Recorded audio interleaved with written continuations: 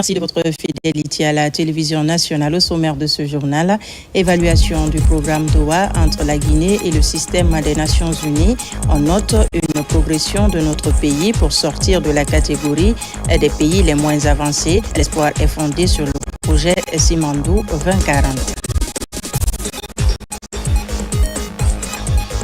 Lutte contre les mouches de fruits, le projet de soutien au plan régional avec un accent particulier sur la filière mangue prend fin. Des échanges ont été menés sur les acquis et les perspectives du projet. Fin de la campagne de prise en charge gratuite en chirurgie maxillofaciale au CHU d'Onka. Il a été question de développer les compétences du personnel de l'hôpital conformément aux objectifs des responsables de l'établissement. C'est tout pour les titres. Bonsoir et vous êtes les bienvenus. Tout d'abord, cette décision du Conseil de sécurité et de médiation au niveau de la conférence des chefs d'État et de gouvernement. Freetown, le 26 janvier 2026. Décision MSC ADEC 1.1.26 portant levée de toutes les sanctions de la CEDEAO à l'encontre de la République de Guinée. La conférence des chefs d'État et de gouvernement décide. Article 1er. Levée de toutes les sanctions. Toutes les sanctions prises à l'encontre de la République de Guinée dans le cadre de la facilitation du rétablissement de l'ordre constitutionnel sont par la présente levée. Article 2. Participation aux réunions des instances de décision. La présente décision MSC ADEC 1.1.26 lève la mesure de suspension de la participation de la République de Guinée à toutes les réunions des instances de décision de la CEDEAO. Article 3. Publication 1. La présente décision MSC ADEC 1.1.26 est publiée au journal officiel de la communauté dans un délai de 30 jours à compter de sa signature par le président de la conférence des chefs d'État et de gouvernement. 2. Elle est également publiée par chaque État membre dans son journal officiel 30 jours après sa notification par le président de la commission. Article 4. Entrée en vigueur. La présente décision MSCA DEC 1.1.26 entre en vigueur dès sa publication. Fait à Freetown ce 26 janvier 2026 pour la conférence, le président, son Excellence Gilus Madabio. On enchaîne avec ce message arrivé du secrétaire général des Nations Unies à son Excellence Mamadi Doumbouya, président de la République de Guinée. Le 27 janvier 2026, Monsieur le Président, à l'occasion de votre investiture récente en tant que président de la République de Guinée, je vous adresse mes vœux de plein succès dans l'exercice de vos fonctions.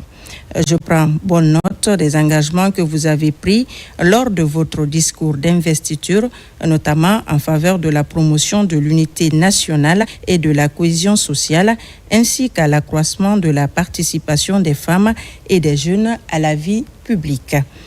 Je vous renouvelle l'engagement de l'Organisation des Nations Unies à continuer d'accompagner le peuple et le gouvernement guinéen afin de favoriser le renforcement de l'état de droit ainsi que la promotion des principes démocratiques et la protection des droits humains. Je vous prie d'agréer, Monsieur le Président, les assurances de ma très haute considération. Signé Antonio Guterres. À la une de l'actualité ce soir, installation du Premier ministre chef du gouvernement ce mercredi au Palais de la Colombe, une cérémonie officiée par le vérificateur général en présence du cabinet présidentiel, à l'occasion pour Amadou Ouriba de réaffirmer son engagement à conduire une action gouvernementale alignée sur les orientations stratégiques du président de la République. Compte rendu Oumar Bari. La cérémonie officielle d'installation de M. Amadou Ouriba, Premier ministre chef du gouvernement, s'est tenue ce mercredi 28 janvier 2024 au Palais de la Colombe, sous la présidence du ministre général Amara Camara et du ministre directeur de cabinet de la présidence. Le solennel marque officiellement l'entrée en fonction du chef du gouvernement et l'ouverture d'une nouvelle phase de l'action gouvernementale au service du peuple souverain de Guinée.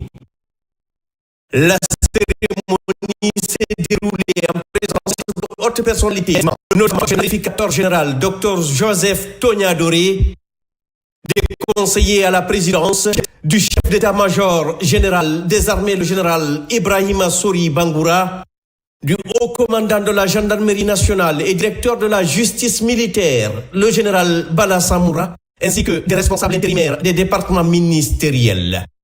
D'anciens premiers ministres ont également honoré l'événement de leur présence. Conduisant la prise de fonction, le vérificateur général Dr Joseph Tognadoré a rappelé la portée et la complexité des missions confiées au Premier ministre, soulignant les exigences élevées liées à la conduite de l'action gouvernementale dans un contexte de refondation profonde de l'État. Il a ensuite donné la parole au chef du gouvernement. Dans son allocution, M. Amadou Ouriba a déclaré mesurer pleinement la signification politique de la responsabilité qui lui est confiée. Il a réaffirmé son engagement à conduire un gouvernement résolument aligné sur les orientations stratégiques du président de la République, son Excellence, M. Mamadi Doumbouya, afin de répondre efficacement aux préoccupations majeures du peuple souverain de Guinée.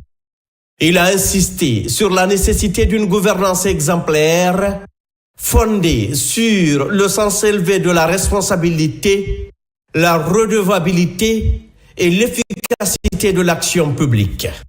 Le 26 janvier 2026, le président de la République, son Excellence, M. Mamadi Doumbouya, a fait le choix de renouveler sa confiance en me nommant à nouveau Premier ministre chef du gouvernement. J'en mesure pleinement la signification politique et la charge de responsabilité qui en découle. Je tiens en ce moment solennel à exprimer au président de la République ma reconnaissance respectueuse et ma loyauté républicaine. Sous son autorité, la Guinée est sortie d'une période d'incertitude profonde pour retrouver la stabilité institutionnelle, la crédibilité de l'État et la primauté du droit constitutionnel. Le gouvernement que j'ai l'honneur de conduire devra incarner un État stratège et responsable dans ses engagements. La crédibilité de l'action publique reposera sur la cohérence des politiques menées, la qualité de leur mise en œuvre et la capacité collective à produire des effets visibles et durables sur la vie des populations. La primature jouera pleinement son rôle de centre de pilotage de l'action gouvernementale. Elle devra garantir la coordination effective des politiques publiques, renforcer la culture de l'évaluation et installer durablement une logique de responsabilité partagée en conformité avec la politique de la maîtrise fondée sur les faits et orientée vers la confiance. Le cadre stratégique engage une transformation profonde de notre modèle économique, social et institutionnel. Et il suppose une administration modernisée, des compétences mobilisées, une gouvernance fondée sur la transparence et une exigence accrue de performance publique. Je veux adresser aux femmes et aux hommes de notre administration le renforcement de l'État passe par l'exemplarité de celles et ceux qui le servent. Le sens du devoir, la rigueur professionnelle et la loyauté institutionnelle doivent demeurer les repères de l'action publique. À nos compatriotes, je veux dire que la période qui s'ouvre appelle un engagement collectif renouvelé. L'État assumera pleinement ses responsabilités, mais la construction démocratique et le développement durable de la Guinée exigent la contribution de toutes ces forces vives. C'est à cette exigence que le gouvernement consacrera son action. À l'issue de son intervention, le vérificateur général a officiellement renvoyé le Premier ministre chef du gouvernement dans l'exercice de ses fonctions en lui rappelant les missions essentielles qui lui incombent pour garantir la cohérence de l'action gouvernementale et l'atteinte des résultats escomptés. En vous renouvelant sa confiance, Monsieur le Premier ministre, Monsieur le Président de la République, Son Excellence Mamadi Doumbouya, chef de l'État, vous confie une mission d'une portée historique. Conduire l'action gouvernementale dans un contexte exigeant, marqué par de fortes attentes sociales, économiques et institutionnelles, et orienter notre pays vers la modernité, la stabilité et le progrès. Monsieur le Premier ministre, je vous adresse au nom de Son Excellence, Monsieur le Président de la République, mes vœux sincères de plein succès dans l'accomplissement de votre noble mission. Que votre action soit guidée par l'intérêt général, l'écoute, la justice et l'efficacité pour une Guinée unie, stable et prospère. La cérémonie s'est achevée par l'installation du Premier ministre chef du gouvernement dans son bureau. En vertu des pouvoirs qui me sont conférés, je viens vous installer officiellement dans vos nouvelles fonctions.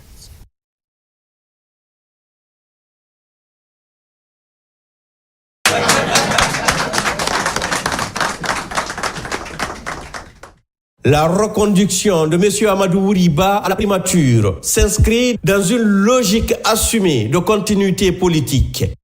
Économiste chevronné et homme politique d'expérience, M. Amadou Ouriba dispose d'une connaissance approfondie de la vie publique nationale, adossée à un réseau solide, tant sur le plan national qu'international.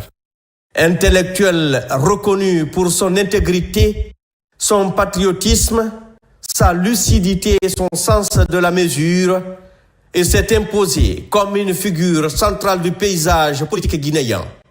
Sous le leadership de son Excellence, Monsieur le Président de la République, Mamadi Doumbouya, il a joué un rôle déterminant dans la refondation de l'État. En définitive, la reconduction du Premier ministre Amadou Ouriba, tout comme la nouvelle configuration gouvernementale, constitue un jalon majeur à l'entame du septennat du président de la République, Son Excellence Mamadi Doumbouya. À travers ce acte, le chef de l'État réaffirme sa maîtrise du tempo politique et sa volonté de déployer une gouvernance participative cohérente, stable et résolument tournée vers l'intérêt général et le bien-être du peuple souverain de Guinée. Je vous l'annonçais dans les titres, la Guinée et le système des Nations Unies évaluent le programme de Doha pour les pays les moins avancés. L'examen révèle que notre pays a fait d'importants progrès pour sortir de la catégorie des pays les moins avancés. En plus des projections, démontrent que le programme Simandou 2040 sera le catalyseur pour changer le statut de la Guinée. Mamadou Saliouba. Classée dans la catégorie des pays les moins avancés, la Guinée est engagée dans des programmes de développement pour changer de statut. Ici, le ministère du Plan de la coopération internationale et du développement et le système des Nations Unies examinent le programme de Doha pour les pays les moins avancés. C'est un processus participatif et rigoureux parce qu'il y a eu un consultant qui a été recruté et également une assurance qualité où on a impliqué plusieurs ministères, des avancées dans le domaine, par exemple, de la science technologie. La Guinée a fait beaucoup de progrès, mais ces progrès sont encore fragiles et aussi inégalement répartis en fonction des différents domaines et aussi inégalement répartis au niveau du pays. La Guinée, avec ses grands projets et programmes de développement, se met sur la trajectoire de sortie du groupe des pays les moins avancés. Il y a une vision de développement très claire, chef de l'État, qui trace la direction dans laquelle nous voulons conduire le développement de la Guinée sur les 15 prochaines années. Il y a aussi, cette vision est traduite dans un document de planification dénommé Programme Simondo 2040. Ce rapport à mi-parcours fait partie de ces documents de diagnostic de la situation de développement de la Guinée avec les indicateurs clés, notamment le développement du capital humain, que nous devrions valider aujourd'hui pour pouvoir amorcer un développement harmonieux, durable, résilient, dans une approche inclusive et participative, afin de sortir notre pays de la catégorie des pays les moins avancés. L'examen à mi-parcours pour la validation politique du programme de Doha en faveur des pays les moins avancés augure des belles perspectives quant à la sortie de la Guinée de la catégorie des pays les moins avancés. Pendant ce temps, la campagne de dissémination des rapports ITIE 2022-2023 se poursuit à l'intérieur du pays. Après Fria, la mission s'est rendue à Bofa pour présenter et expliquer le contenu du rapport à la communauté. L'exercice vise à créer la transparence par rapport aux paiements effectués par les sociétés minières. Moussa Kouyati, reportage.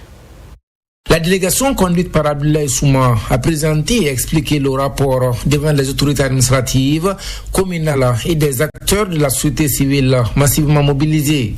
Dans la salle, des exemplaires du rapport ont été distribués à tous les participants pour une large connaissance du contenu. Il y a un fort intérêt de la part des participants. Les participants ont très bien apprécié le contenu de ces rapports.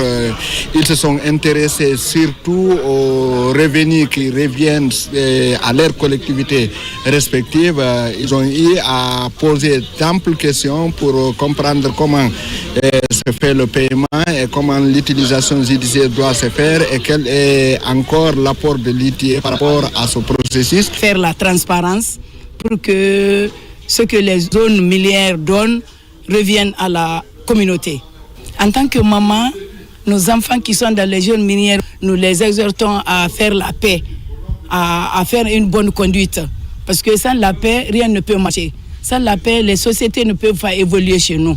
S'il y a la paix, la société gagne, nous aussi nous gagnons. Cette campagne d'information auprès des populations dans les zones minières est un élément essentiel pour une gestion rationnelle des ressources financières perçues par les communautés. Cet atelier de dissémination ne doit donc pas être perçu comme une simple activité de résultat, mais plutôt comme un cadre d'échange franc et constructif, visant à mieux comprendre les données du rapport, à identifier les défis persistants et formuler des recommandations utiles pour l'amélioration de la gouvernance minière au niveau local et national. Les autorités des communes rurales de Bofa ont salué et apprécié la démarche de l'ITIE. Selon elles, il faut multiplier cette initiative auprès des populations dans le but d'informer sur les paiements effectués et maintenir le calme et la sérénité dans les zones minières. Autre titre de ce journal, après 5 années de mise en œuvre, le projet de soutien au plan régional de lutte contre les mouches de fruits arrive à son terme. Acteurs publics et partenaires techniques se sont retrouvés à Conakry autour des résultats. Ils ont partagé les acquis et tracé les perspectives. Reportage Al-Khali Fodé Kobele Keita, Marwan Kamara. Les mouches des fruits représentent une menace majeure pour la production fruitière en Afrique de l'Ouest, causant d'importantes pertes économiques. Pour faire face à ces ennemis discrets mais redoutables, un système régional innovant de contrôle des mouches des fruits a été mis en place pour accompagner les paysans. Après 5 années de gestion, les acteurs du secteur et partenaires se retrouvent pour dresser le bilan et partager les leçons apprises. Ce projet a eu de l'impact sur la santé végétale en Guinée. Les mangues de la Guinée qui servaient d'exemple dans toute l'Afrique avaient été complètement affectés par ces mouches. Il fallait identifier, voir la population, proposer des traitements pour l'intérêt supérieur des producteurs fruitiers. Avec un financement conjoint de l'Union européenne, de la CEDEAO et de l'AFD à hauteur de 14 millions d'euros, ce projet illustre pleinement la valeur ajoutée du partenariat entre bailleurs et institutions régionales au service des politiques agricoles ouest-africaines. Ce projet régional de lutte intégrée est porté par la CEDEAO avec l'appui financier de l'Union européenne et de l'Agence française de développement. Une synergie pour poser les bases d'une lutte harmonisée plus efficace. Les mouches ignorent nos frontières imaginaires. C'est pourquoi la CEDEAO, en collaboration avec ses partenaires, a lancé ce projet de lutte contre les mouches de fruits en vue de mutualiser les approches stratégiques, les méthodes de monitoring et d'intervention au niveau régional. Ce projet mis en œuvre entre 2014 et 2019 a produit des résultats remarquables. Ces acquis ont naturellement conduit à l'élaboration d'une seconde phase, le projet Sirimao, avec un objectif: consolider et diffuser à grande échelle les résultats à la recherche, étendre les couvertures géographiques du dispositif à l'ensemble des 15 pays membres de la CEDEAO. Si le projet s'achève, la lutte contre les mouches des fruits, elle se poursuit. Les partenaires appellent désormais à la pérennisation des acquis et à l'extension des bonnes pratiques pour sécuriser durablement des produits fruitiers, notamment la mangue made in Guinée, très prisée à l'étranger. Cap sur Kindia, où les travaux sur la relecture des lois portant sur l'identification des personnes physiques de l'état civil ont pris fin. Le comité consultatif a abouti à des conclusions porteuses d'espoir dans le sens de l'amélioration substantielle des lois sur l'identification. C'est une initiative du Programme national de recensement administratif à vocation d'état civil, PNRAVEC. Amadou Touré, Abdulrazak Souma. Cette initiative de modernisation de l'état civil par le gouvernement à travers le Programme national de recensement administratif à vocation d'état civil PNRAVEC a connu la participation des représentants de 16 départements ministériels et institutions républicaines.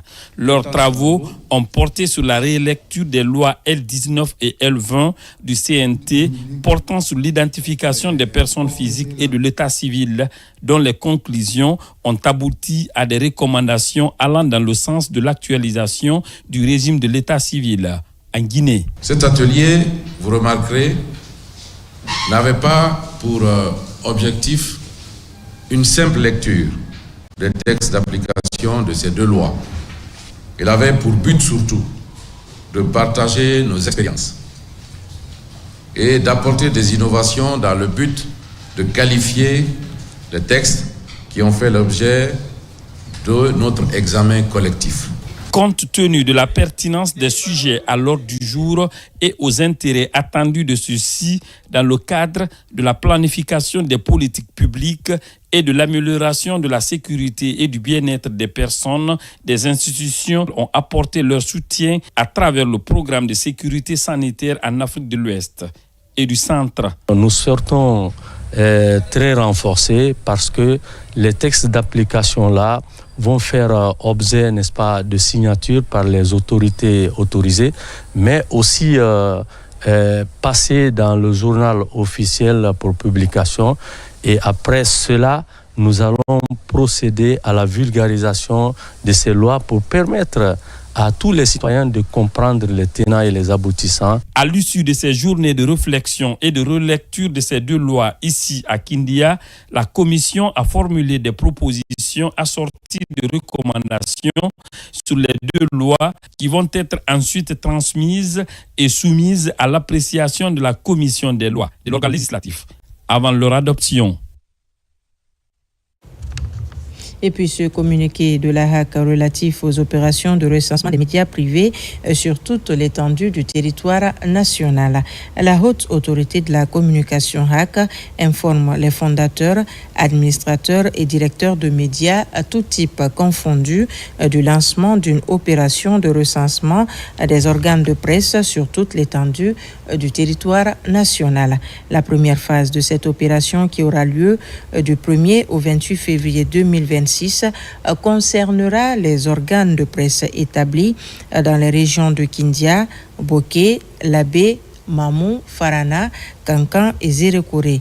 Pendant cette période, les responsables de ces organes de presse, radio, télévision, presse en ligne, etc., sont invités à fournir aux équipes de la HAC tous les documents justifiant leur existence légale. La HAC publiera un communiqué pour la seconde phase de ce projet qui concernera la zone spéciale de Conakry. La Haute Autorité de la Communication HAC, soucieuse de la réussite de cette opération, sait compter sur la disponibilité et le sens de responsabilité de tous les responsables de médias. Signé le président Boubacar Yassine Diallo. Santé, et on parle de la fin de la campagne de prise en charge gratuite en chirurgie maxillofaciale au CHU d'Onka. Il a été question de développer les compétences du personnel de l'hôpital conformément aux objectifs des responsables. Parmi les patients, plusieurs sont venus des pays de la sous-région. Le récit avec Yerno Ousmane Diallo. Pour cette mission humanitaire de chirurgie maxillofaciale, une 60aine de patients ont bénéficié de soins avec l'organisation Les Enfants du Noma et plus spécifiquement la réussite de la première microchirurgie qui a consisté à remplacer la mâchoire d'une patiente par un os vascularisé prélevé au niveau du pied, a marqué les esprits et constitue un tournant dans le développement du CHU d'Onka. On a passé le cap cette année avec succès et on est ravis de cela et probablement qu'on continuera à le faire. Ce sont des patients juste ici qu'on rapatriait en France ou ailleurs pour ces chirurgies complexes. Et cette année, donc pour la première fois en Guinée et pour la première fois pour notre association, on a donc réalisé cette chirurgie. Je crois quand même que c'est un élément marquant. Votre présence et vos actions ont apporté bien plus que des soins chirurgicaux. Elles ont redonné espoir, dignité et confiance à des communautés souvent négligées. Outre les patients guinéens, plusieurs autres venus des pays de la sous-région ont bénéficié de soins dans des blocs opératoires où se sont côtoyés durant 2 semaines des spécialistes venus d'horizons divers. Je tiens à saluer l'engagement remarquable des équipes chirurgicales guinéennes qui ont travaillé aux côtés de spécialistes internationaux du Mali, du Sénégal et de la Côte d'Ivoire avec professionnalisme et dévouement. Cette collaboration renforce notre autonomie progressive dans la prise en charge des actes chirurgicaux complexes. Je suis très ému par cet élan de solidarité au niveau international qui permet donc à plusieurs praticiens venus de différents pays et surtout permettre de faire en sorte que des ressortissants de plusieurs pays puissent bénéficier des soins de qualité dans cet hôpital qui s'est donné les moyens. Cette mission s'inscrit dans la vision en lien avec la mise en œuvre du pilier 5 du programme Simandou 2040, la santé et le bien-être. Dans le même registre, 25 agents de santé viennent de recevoir leur certificat de formation en échographie. C'est à l'issue d'un programme intensif de 3 mois. C'est une idée du groupe DMD Imagerie et qui poursuit son engagement pour le renforcement des capacités du personnel médical en Guinée, un programme de formation qui a démarré depuis 2019. Suivez le compte-rendu de Hadia Toubari. Cette cérémonie marque la fin du cursus de la 6e promotion formée par le groupe DMD Imagerie Médicale. Elle s'inscrit dans la dynamique nationale d'amélioration du diagnostic médical et de la qualité de la prise en charge des patients dans les structures sanitaires publiques et privées. Cette 6e promotion marque une étape importante dans l'histoire de notre institution. Elle témoigne de la continuité, de la maturité et de la crédibilité de notre programme de formation. Elle confirme également la confiance que vous, apprenants, placez en notre vision et en notre mission. Pendant 3 mois, les participants ont suivi des modules théoriques et pratiques portant sur l'utilisation des appareils d'échographie et l'interprétation des images médicales. Nous étions 25 participants, ici de divers horizons, des médecins, des infirmiers et des sages-femmes, mais tous unis par une même volonté, celle de renforcer nos compétences pour mieux servir nos patientes et patients, en devenant meilleurs au service de la vie. La première question que je lui ai posée quand je suis venu, je me suis dit, est-ce qu'il y a des étudiants qui viennent de l'intérieur du pays? Il m'a répondu oui. ce qui suppose qu'il est en train de faire la décentralisation de la connaissance et du savoir. À travers cette initiative, le groupe DMD Imagerie Médicale contribue à la professionnalisation du personnel soignant et à l'amélioration durable du système de santé. Dans le cadre du renforcement de notre système de santé et des grandes initiatives qui sont en cours dans la construction des hôpitaux régionaux, dans le renforcement de la décentralisation de la prise en charge des patients auprès de nos populations décentralisées, je pense que vous serez un maillon essentiel pour apporter et renforcer ce système en cours. Avec cette 6e promotion qui porte désormais le nom du docteur Honoris Causa, le groupe DMD réaffirme son engagement aux côtés des autorités sanitaires pour une médecine de qualité accessible à tous. Au même moment, à l'Université de l'Abbé, célébration de la Journée mondiale de la langue arabe, une initiative du département langue et civilisation de la dite institution d'enseignement supérieur, une cérémonie marquée également par la tenue d'une conférence scientifique sur la langue arabe et la remise des attestations aux autorités universitaires. Nabila Moussa Kamara commente les images de Sarafdine Diallo. La Journée mondiale de la langue arabe est célébrée chaque 18 décembre. Une date dédiée à la valorisation de l'une des langues les plus influentes au monde. À l'Université de l'Abbé, cette célébration, organisée de façon différée, marque une première au sein de cette institution d'enseignement supérieur. Alors, nous avons échangé avec les organisateurs, les intervenants, sur l'importance de cette langue. Alors, c'est le moment pour nous tous d'œuvrer pour la promotion de cette langue comme une langue scientifique qui aujourd'hui est hébergée à l'Université de l'Abbé. À travers son département de langue arabe, l'Université de l'Abbé a déjà formé plusieurs étudiants diplômés dans cette discipline. Une filière qui porte aujourd'hui ses fruits et suscite un intérêt croissant chez les apprenants. Alhamdulillah, j'encouragerai tous parents d'élèves qui aussi ont des doutes sur l'enseignement franco-arabe, d'inscrire leur enfant dans une école franco-arabe. C'est très important et c'est très intéressant. Inscrite dans les programmes du ministère de l'Enseignement supérieur, de la Recherche scientifique et de l'Innovation, la langue arabe bénéficie d'un engagement renouvelé des autorités universitaires et de l'inspection régionale. Objectif, renforcer son enseignement et accroître son rayonnement académique. L'arabe n'est pas une langue fatale. Ce n'est pas une langue de la paresse, mais c'est une langue de civilisation. Une langue qui a contribué pour beaucoup de choses pour l'humanité. Beaucoup de cadres qui ont fait les études, non seulement en arabe, mais qui maîtrisent aussi le français et l'anglais. Et nous demandons au président d'accorder, pendant ces 7 ans que le peuple a accordé, de penser aussi à ces cadres-là, de les nommer aussi dans l'administration publique, notamment dans l'enseignement supérieur. Institutionnalisée par l'UNESCO en 2012, la langue arabe est parlée par plus de 400 millions de personnes à travers le monde. Elle est également la 6e langue officielle de l'Organisation des Nations Unies, adoptée en 1973. Éducation également, et c'est un ouf de soulagement pour les élèves et enseignants de l'école élémentaire de Soumbouyadi dans la préfecture de Bofa. Ils bénéficient d'une assistance de la part de la société de transport maritime YIC Shipping évoluant dans la zone. Il s'agit des kits scolaires, des tables bancs et un fourrage dans la cour même de l'école. Younous Atawel Kamara, reportage. Les élèves de l'école élémentaire de Soumbouyadi, dans la préfecture de Bofa, se frottent désormais les mains. Ils bénéficient des kits scolaires, des tables bancs et d'un fourrage.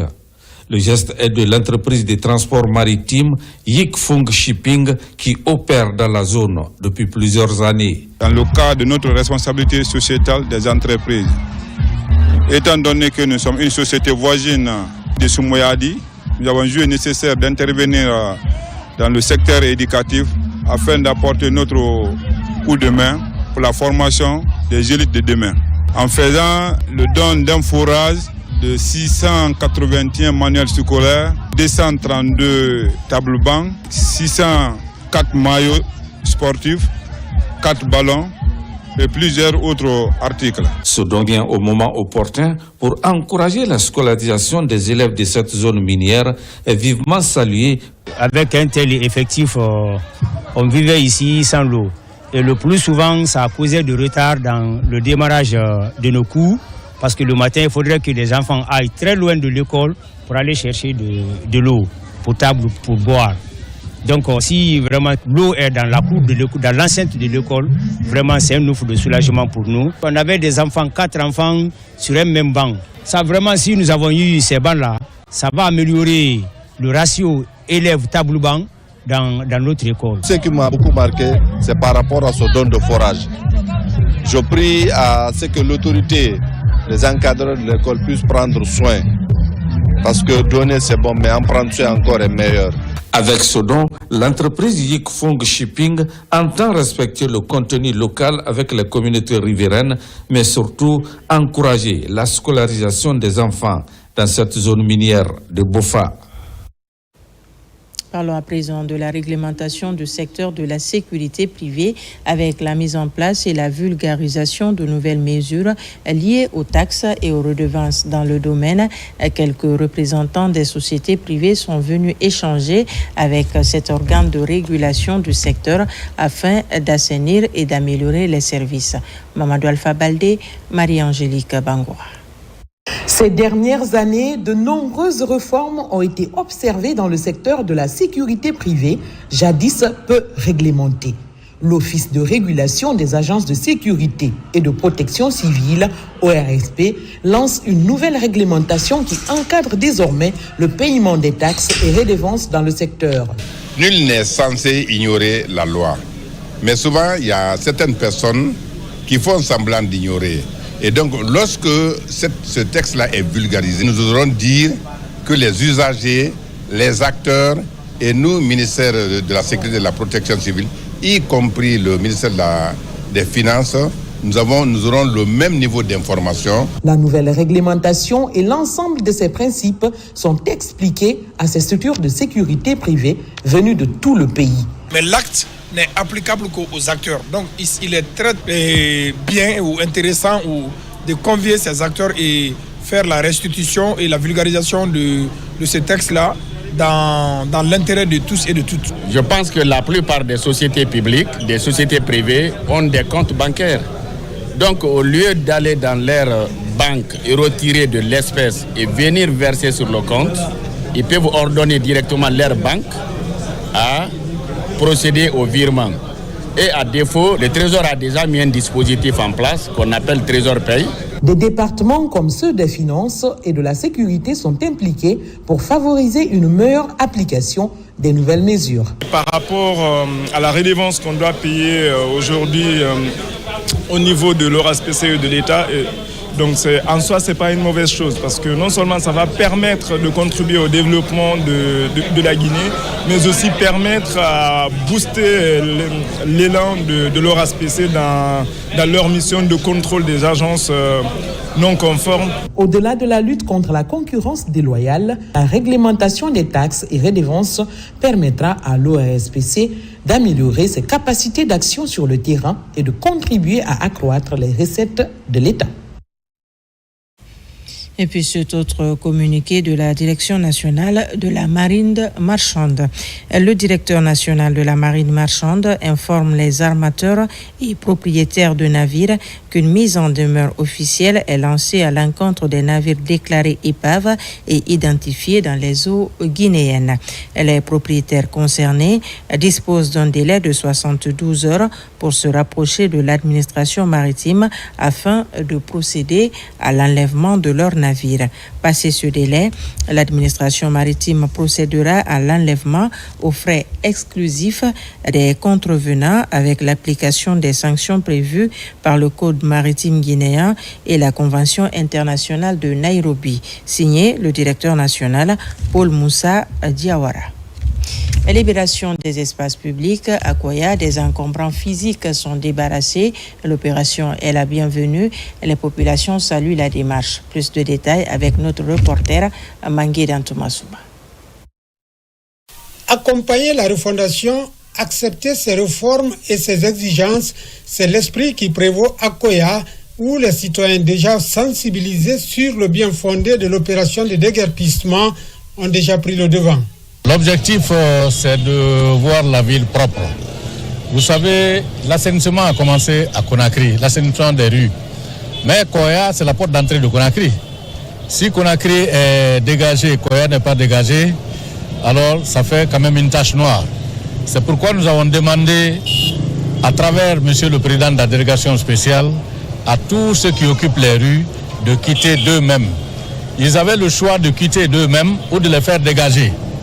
Alors je leur ai dit que la préférence pour moi, c'est de les voir quitter d'eux-mêmes. Heureusement, c'est tombé dans de bonnes oreilles et ce matin, nous sommes venus pour vérifier si les gens ont effectivement quitté. Nous avons trouvé qu'une bonne partie a plié bagage et ils ont quitté les lieux. Le long des routes nationales numéro 1 et numéro 2, les encombrants physiques sont dégagés à l'exception de rares retardataires aussi prêts à s'exécuter. La population adhère complètement les judos du gouvernement. Les emprises sont complètement enlevées. Ça serait respecté puisque nous sommes en collaboration avec la police. Les femmes ne reviendront plus sur les emprises. Ça, c'est clair.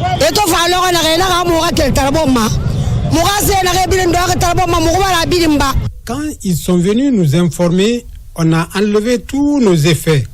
Nous savons que le président Mamadi Doumbouya veut travailler et moderniser ce pays.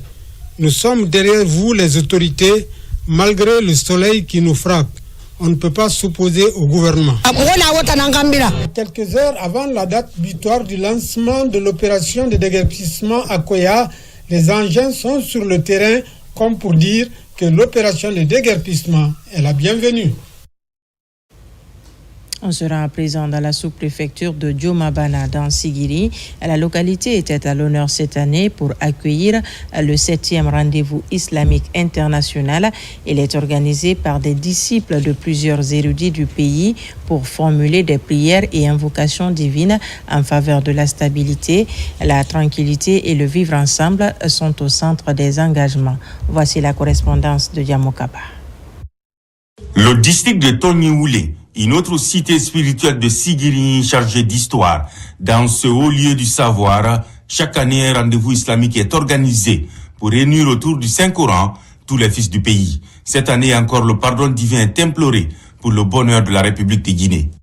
Parmi les descendants de Frère Kwassila, il y a plusieurs personnes comme Babou. Mais c'est Babou qui a eu la chance d'avoir cet honneur pour faire le ziara.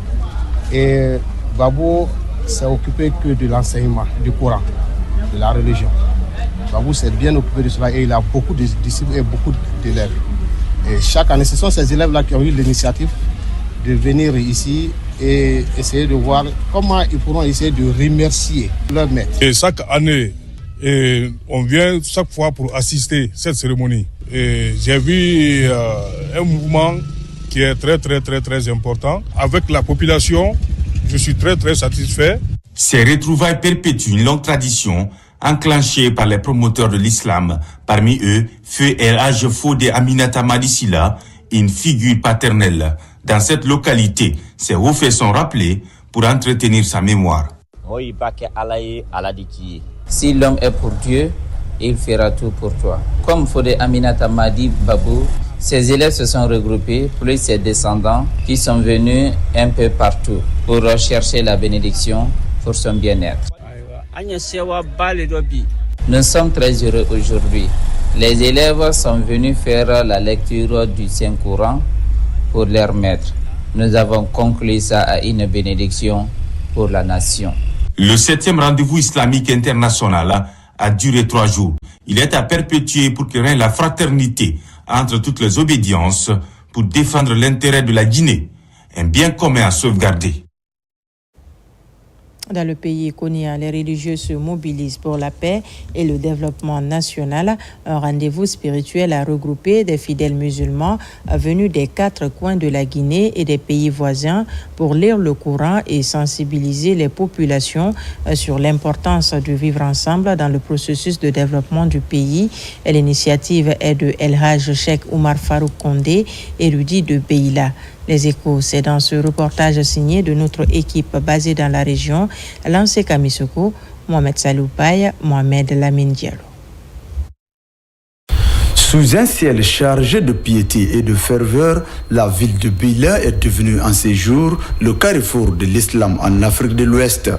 À l'initiative de l'érudit El Hadj Cheikh Oumar Farouk Kondé, des fidèles et dignitaires religieux venus des 4 coins de la Guinée et des pays limitrophes se réunissent pour une lecture du Saint-Coran et une sensibilisation des populations sur la paix et l'unité nationale, gage d'un développement harmonieux du pays. Lire le Coran, faire des sacrifices et des bénédictions pour manifester notre reconnaissance vis-à-vis du tout-puissant Allah pour l'élection de Mamadi Doumbouya à la présidence de la République.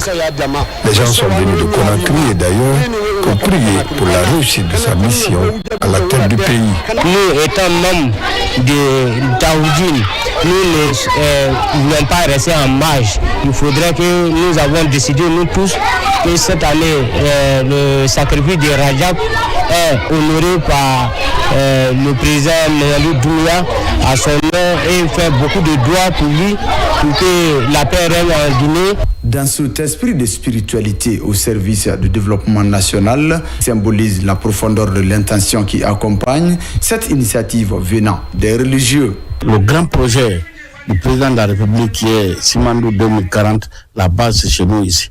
Donc, si aujourd'hui nous recevons les érudits de partout, qui est appelé par l'érudit Cheikh, vraiment c'est quelque chose qui nous va droit au cœur. Au-delà de l'aspect religieux, cette rencontre de Beila porte une dimension patriotique affirmée de l'érudit El Hadj Cheikh Oumar Farouk Kondé a participé activement au processus de développement durable du pays.